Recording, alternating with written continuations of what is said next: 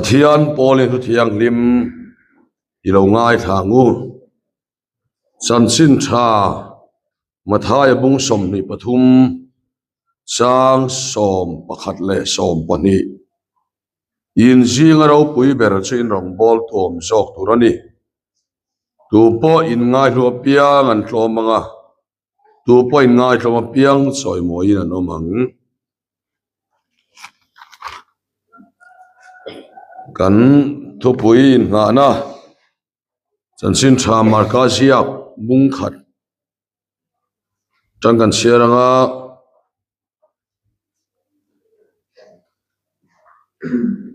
bung khat sang khata changa sang riat zo hian longai thang Pathian Fapa Yesu Krista chan sin khathen tan tir na chu zol nei saya le khabua ngai te katir koi ma katira ani so ni konga sia mang thalera mi aw rol chuan lalpa lam lian sialula akong te tingil ro atia isia kan khan Johana thalera baptistu kha thilti sual ngai damna simna baptisma thu khilin alo chuaka in Judairama mi song le Jerusalem khuwa mi song ten te an chuaka anen lama an kala an sol the thupa choin Jordan luya chuan anena baptisma an sang taloma in Johana chu sangong sei mul puani nain thuama akong chu savung kong khen in a khenga a cho chu khaw khop le ram khoi zuani tin kanunga ke maya ro puizok alo kalme kani kuna phei khok hrui phel tlak po kani love ke zongin tuin ka baptist chin chewa ani ro chuan tharau thiang lim in na baptist sang cheu in akhila ziak danga chuan tharau thiang lim le meina baptist sang cheu yani athulal pan kan satan malmin som sakro se chia ne nai chong cha yang lalpa kan pathian min mangai tu ei tu huna hian liap pui bial KTP conference huna hian kan nei me ka nisan lamai thu cha kan soi towa voin choma soile kan tumani lalpa KTP member te mamo te ko khan ho mamo te nangi min soi tir le la nang ma changa chuak chau min soi tirang che ei suwa Krista mingin kan hon dile amen le ei lalpa lam lian sialula akong te tingil ro te kan thupoya nia lalpa lam lian sial ke ma ni lama ti mangbokin chu soi kan tum le ni a Bible thu hi kan soi ma sapotanga Baptistu Johanan lalpa lam lian asial dan lal Isua Krista local tur Mesia an lo muwa kha mi te ina an ngai sana an hailova ama nge khani ti an rin theinan Johanna hian ronga bol top mayani Baptistu Johanna hi heti hun line an ngai sang le zol nei ro pui ber anga an ngai hial ania sutiang khop cholan ngai sang le ni Baptistu Johanna hi ama ero chu Baptistu Johanna hian arong bol na hi Juda mi pui Israel mi pui nena tu nge emo tlak lum ti remo atum lo khima anunga lo kaltur lal Isua Krista kha engtin nge an lo choi moyanga engtin nge ama an lo rin thayang ti chau kha athukil kalphung hian akok vet ani ei ka thu oi ro te po hi ati lem lovani aw dan hi ama khop maya tian soita ila siren kan khria VIP motor lo kala ama police in man ruaya te chuan anung de ya khan VIP tak khachuaron chuangani ti chuan siren ron rik chuan kanungan mi poimo lo kaleti na ni ha so tiang sia chuan Johanna hian ama ni na khami te in ngai san ti remo in ngai ro pui ti remo tum lo hian lali su Christai engtin ngen ngai san nang ti chia hi ato khil kal pungen na ngai to ni arong bol na hian lalpa lam lian sial na ko nga hian rong bol na po ni se mani mi te na min ngai san thaina tura rong bol po hi om thei don khop maya Johanna hi chuan ama an ngai san na tur lam hoi hi trong kam voi khat ma mang lovani baptist tu Johanna hi aro puinem em chu athu khil reng reng hian Isua Mesia Krista chau kha akok top mai ni chunga chuan ti hian han soita ila ama saverin ke chuan ke chulang tur kan nia ani chu tlatlum turani a phei khok hui phel tlak po kan ni lo atia hela hian ro pui em mai chu Isua Krista da ro pui tur chuan ama an ngai sana kha a in soi te char sar mai ani Isua Krista da ro pui ama in soi te ni ke Isua lam lian sial na mi te na al Isua Krista kan nu na an hua aro pui thaina tur chuan mani chongkam nge ya eng ma kan ni lo sia soi chuate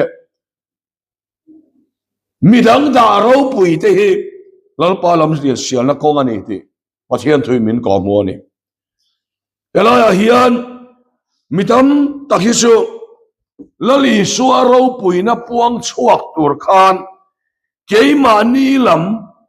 te taral hi har kan ti em maya lali suwa ro pui khop mai chandam tu ani ti saklia khachu a olani amai o chu Johanna chuan apai khok rui pel tla po kanilo antia an soile a ke ro chuan sim na turin tuin ka baptist chin chewa kanunga local tur chuan tharau thiang hlim le me na baptist seuni ama rong bol na le Isua Krista kha an compare ta khan ama rong bol na kha ada te zel ani so tak so ne lali Isua Krista lam lian sial na chu helai po hian ka ti thina mitama tak chu lali Isua Krista ain kan thilti kan suang ma khop mai hi mi tek vanram kong dal na ni ti kan khriat fia apoi mo hle ani mi sual ber kalo ni eng ma lo mai kalo ni mi ina ati ngam lo chuan anuna hian pathian ro pui na hi alang thei reng reng adal tu chu keima ni kan ni awangin Johanna hi chuan Isoi adalang ti rawa arong bol na te athil ti te hi Isua thil ti turen a khai khina a soi te char sar mai ni ama khop mai helahi ne ro pui teu mai ni so ti yang chuan tukena po hian hei kan khiat sian apoi mo le mani kan te na muna pianga lalpa ro pui na lang dona rong bol na ni se ule naw in kara thian te in kara mani fel na chuang lova Krista lo chu eng ma kani lo kan ti na chau hian pathian hian ro pui na alan tir dona ni ti pathian thui min ko mo ni chu sulal pa lam lian sial na ni ti hi chiang takin pathian thui min ko mo ne mi tam tak suan helaya hian pathian ro puina puang suak turin ma nilam tet kha kan khe thina ei he apoi em ani ti kan ril ro lo om sela Johana ero suan ama lam tet thui a soi chara lali suwa Krista ro puina kha apuang suak sar mai ani lali suan hian a soya to point ngai lu apiang an tlom anga in ngai tlom sa soi mai an oma khami mathaya bung som ni le pathum sang malama khan nang ni chu zirtir tu ti in lo om su nang ni zong chu na vin ni sia rabi ti in lo om su farisai te chuan an puan bor fe man ti buka ti chuan kot hera te an chua dor puna te rabi ti an ngai na si chi ati ani e rong bol tu kan ti hi eng ti anun tur nge ti hi KGP chu rong bol tu vek kan ni a mitama tak chu kan rong bol tu le lu tu ka kan fel le lu tu ka mi sual kan fel sana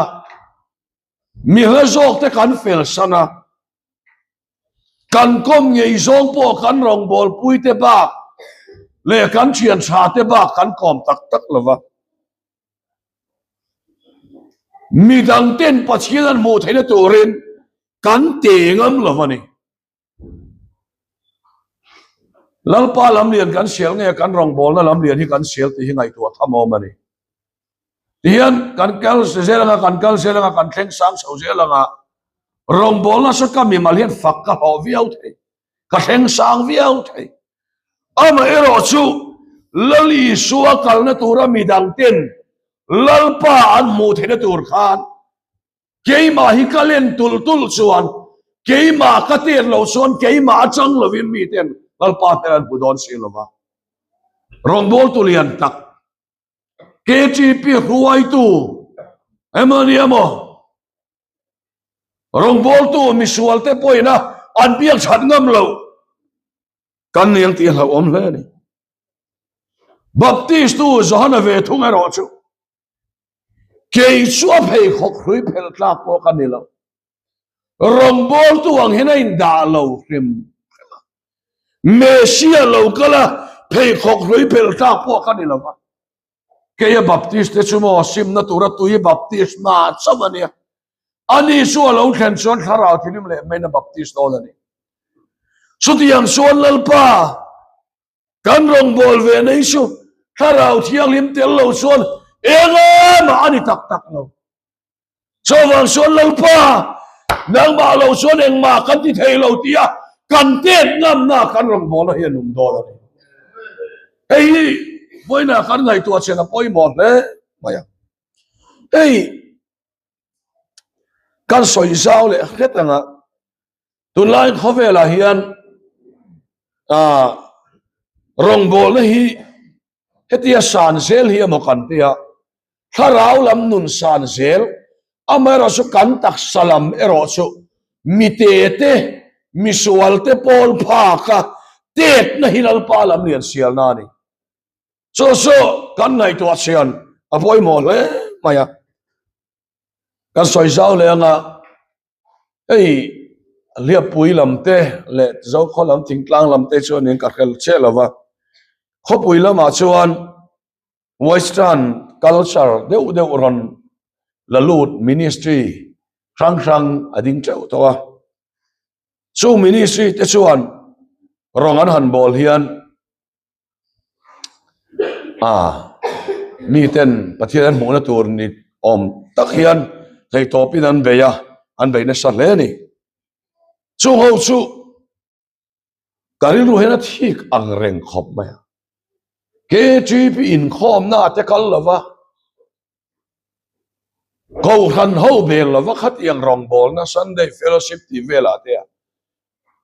ko han ho in khom na om la ya an kal kha karu hena thik ang reng khop maya มาเสเทรนขัดKGP member rual ko han ngai sak lo KGP po ngai sak lo chen khat te kan zo khan chung mi te chuan hian min chang ani khai min zui pe ya min angaya kan ke hi an vuan ngoi ya kan pian thar te tu rian an pian ni karuna thik ang reng khop kan ti thei ve lo vem mi ti ka ngai to na lian khop ke sulang tur kan ani nataka chuan isuaro puina tura lamlian sial tu let atana rongbon hi pek kan ke madin monin soke na atana rongbon na chanvo hi pek kan ilong ti kan ria fia poi mo kai mi tam tak suan kan khat hiam lo lalpa lamlian sial tu chu ke ma hi kania so lalpa lamlian sial turatana rongbolani zona so lalpa lamlian sial tu mati lo tur isu zo lamlian kan sial tiranga keimani zo khi achetu zo ka kan chang ti lo om khop mai ehela hi ani lawani alamlian sial tu baptist tu johana kha nang le ke kan ne ti kan fia poi mo ni isu mi te ngai san thaina tu ringot khan ronga bol top mai isu mi te na anda ro pui thaina tu khan ronga bol to pa ama pheisu aluan tan mo ama pheisu aluan tan enga man ngai lo mani so ti yang suan tu kina hian nei kan ngai tu achena poi mo le kan rong bol na hian inge kan sia tur ti suan lalpa lamlian sial tur chuan mani tet masak angaya midang te ban pha ka om angaya ni ai kan ngai tua boy mo le ni la chu tiang chu kan ni tur ani awangin ngun takin kan rilwa kan khiat boy mo em ani midam tak suan rong bol hi ke mani ham that na tur chan vo te kan ne ya kan san sel tur atan ringotin rong kan bolang tiala om le maya chuti yang chu rong bol na ani lo rong bol na ni alal pan angai chu midang te ni su an mu theina tura mani midang te ta na ral zel hi ani suaro puina kan puang chuwa hei hi pathian thuina min ko mo ni cho wang chuan tuna hian ei midang te chu in tisir tir tu deu mai in tirong bol tu deu mai ni thil lo tak mai ani ya chu wang chuan hei kan ngai tu achian apoi mo le ni zir tir tu lo su zir tir tu suan ro re na sale zual apum pel don silova hei chansin thra mathaya bung som ni pariat kan en son sang som pakwa kalula nama tinami zir tira te siam rowatia chumiom zia chu enge kan ti chuan zir tir ti chu student tina nia mo so va son zir lai a lo chang ro atina ni so pathian toina min ko mo ni so va so to kena hian midang ten lalpa an mu theina tura awa khil tu ni lo antana tengam antana ralngam kan ni na lalpa ro puina kan mudon ni ti hi pathian thui min ko mo ni so tiang anga lamlian sial tur chuan pathian thui min duwa lalpa lamlian kan sial na chu mani zok sel una win kara nu le fa in kara fel nia kan in khiat na te cha nia kan in khiat na te ti klom chinral kan ni na sel midang te inalal pan mu the tura lamlian kan sial na ni rong ka bol chung le ka pian thar hian pathian kadalang tharau chiang lim kadalang ti hlau na min anei phot chuan lalpa lamlian hi asial do ni tam tak te su ama a pathian na tho tu ri kadalang ti kan lau phalo reng renga min ngai sang lawang ti chau khakan lava chuai chuan pathian ro pui na keima kal tlang hian amulo palang a ke hi adal tu ka ni palang a ti lau reng ami om phat chuan in ngai tlom ro ti hi ngai lova lalpa lam lian sial tu adal tu ni a hau na khan lalpa tan kong a hon sak mai don ni pathian vakilam lo se kai pathian dal tu bibi ke la chuan amel chia tur ka phal lo aming chuayan ka phal lo atiamo amel chia tur ka phal lo aming chuayan ka phal lo atiani baptist tu zon ka ngai tu achina arong bol na kha isu lo lan ma khan kai tharukina upa johana hi isu lar ma khan lar to wa kan ram rong bol tu te chu ten khatan lo lar deu chon min lar khalang ti klau ni om pakhan hian kan oma tin a KTP te poi kan ni thowa mani han VIP chun wam kan te midang da VIP te kan khe na mai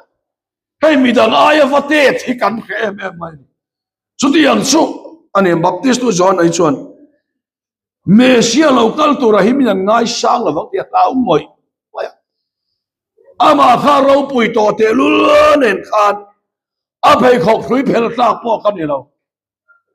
lalpa lam lian a sial na chu a lalpa mesia local tur ma atek na khai lam lian a sial na lo ni re so kan chuti yang sia suan voi ni a hian hei kan nai to chian apoi mo le karong bol pui te ne na kanin kara hian isu mel ka hlia palangem kabial nu ne na kanin kara hian kadu na hian isu mel hlia phangem keima hian isu mel amu lo phangem kabial pa hian kabial nu hian hetia kom hian misuam phangem isu mel amu lo phangem ti hlau na kan nei awan poi mo tak em ko than rong bol na ponia KTP huang su nga ponia lali su aro pui lo wanga ke hian ka hiang a ti kan hlau phot chuan lal pa lam nian kan sia lo ni reng zo kan ama khop mai so wang chuan eng kima mi ten thiam min ti lo wangem zai min ti lo wangem ti lam pa ai chuan i suwa mel ka hia palangem i suwa hi ka dal palangem hey min lal palam lian an lo sial dan so anuna pastor yang ki cho antia korea rama kau khan lian ber mai chuta an ho tu pa pastor pakhat chuan pulpit kalon tur te hi pastor yang ki cho hian tharau tirim ka hia palang te hi ka lau moi moya tharau thiang lim ka dal palang che o tharau thilim i tel lo chuan pulpit kalon ngam lo kati thina ni atiani so tiang chuan tu kena po hian hei kan ngai tu china poi mo le maya lalpa mel ka hia palangem ti he kan ngai to na lian sela ti chuan lalpa lam lian kan lo sial thei don nei ti hi bible min ko moni so wan chuan ei fel jok ni in su te awang mai maya krista mel ti chiat te ol em telven na tla ka ni leine atian rong boy mangan ril ro chelo tu ti mai te mi te ril ro pom the ni a so wang chuan khai so ti yang chuan ni lo enge moni kho a po ni sela in ti thiam lo ni kho a po ka fel na hian para chuang lawang ti lo ain ka fel na hian isu me hlia don chuan lal pa nang man min chiat la dik lo zo ka po min santir mai ang che thiam thu ka soya dik zo ka chana isu mel ka hlia don ai chuan thiam lo zo ka po min santir mai ang che kan ti na hian lal pa lam ni da lo sial dei zo lal pa lam ni sial da ka si ranga oma pen rang so ti yang chuan alo ni reng maya ti he pathian thui min ko mua so wa chuan lalpa lam lian sia lama anin kan ken phot chuan kan mangan ni lalpa khan ro puina min motiar don thau thama ka thian pa nat ai chuan keima kana jok maya lalpa ka hi adonai chuan anna zo ka chang bayang ti la poi ti lo tu son midang tan lalpa lam ria da sialani kan thia me mo kan nga so adam zok ni kan tum chang chang anna zok ni kan du lo ba lalpa ko ki kan dal palang em ti lo na poi kan nei lo keima hi athiam zo ka chang em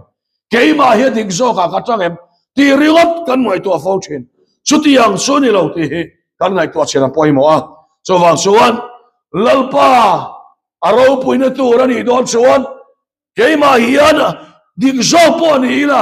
ding lo zo ka chan hi lalpa lam yen lo sia do na lo ni in ho huna po in sung ko lalpa lam yen sia ro athiam zo ka ana zo ka chang ro midang te an dam na turani son kali soi tin nge ti kha ke thia kai khan ka ni huna mi zong song ka pa ne na ka hi pangati ka ne na ka hi pangati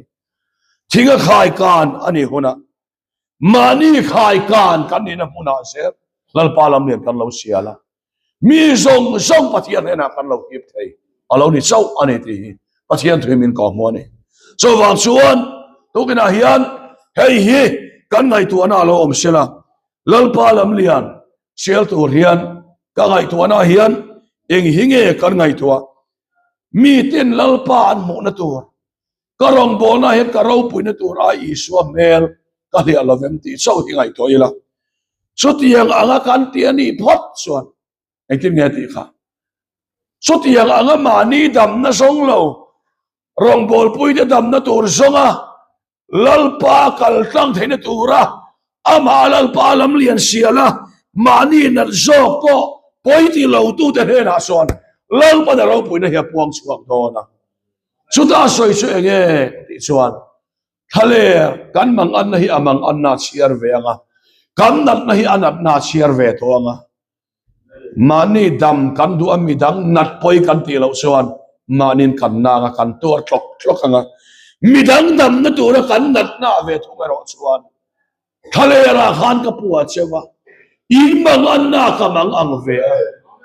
kan nat na na ve anga kan mang an na mang ang ve anga kan problem hi a problem anga anga kan barden hi a barden anga ve to don ngal pa kam ro se ma ni lam lian sial an oma mo lal pa lam lian sial an oma ni ang thathiam me mo ei piang thari ni towa rong bol ni a KTP member ni a mi ten in khom china pathiani fak china chawa san inuna mi ten an lo chang ani asan sulal pa lam lian sial tu ini awangin nang man I sial lovin tu ma sial tu da kanom lo nang ma chau hi lal pa lam lian sial tu tu so ini min lo thathiam lo kola pathian tu soi mi ka ni lo hai chong rang deu mai ka ni tu na hen chong muang ve ta 92 khan Bon Jovi Keep the Faith album kha unreleased dona kan thian lo gain bia kan lo chong rang le nia ram thian le man te a khatina chon Star TV te kan la tia yang tu anga LPS te kha la ron chok chia lova ram thian le man kan thian pa in te a zadina Bon Jovi swinina enila ati kha a chong rang na ngani ka ringa kam monu ka unu puin te te thian ho chon chong rang ko pa te a zadina inina ponche zo su pal Thailand sutia khoba chong rang chong mi su kan lova amaro su kapian thara changa tharau thiang limina me khuai dan ber chu keima rong bol na le keima thu soi upgrade zong ilovin midang ten lang pan ho thena tura aniam zong ze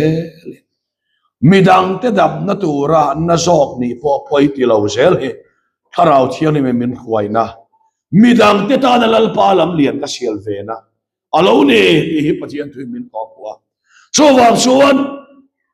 pian thar ngor Christian kum za chuang fe kan ni ta pian thar ngor kan la boi pui te chan dam na bo lo te kan la boi pui chang chang kan Christian ni chu an no pang deu ka dia chuai chuan poimo jok sunal pa midang te dam na tur hian kavan khat midang ten Kristan mo na tur hian kavachan teme mani jok kan ral na sela midang te tan lal pa lam hian kan lo sia do la lo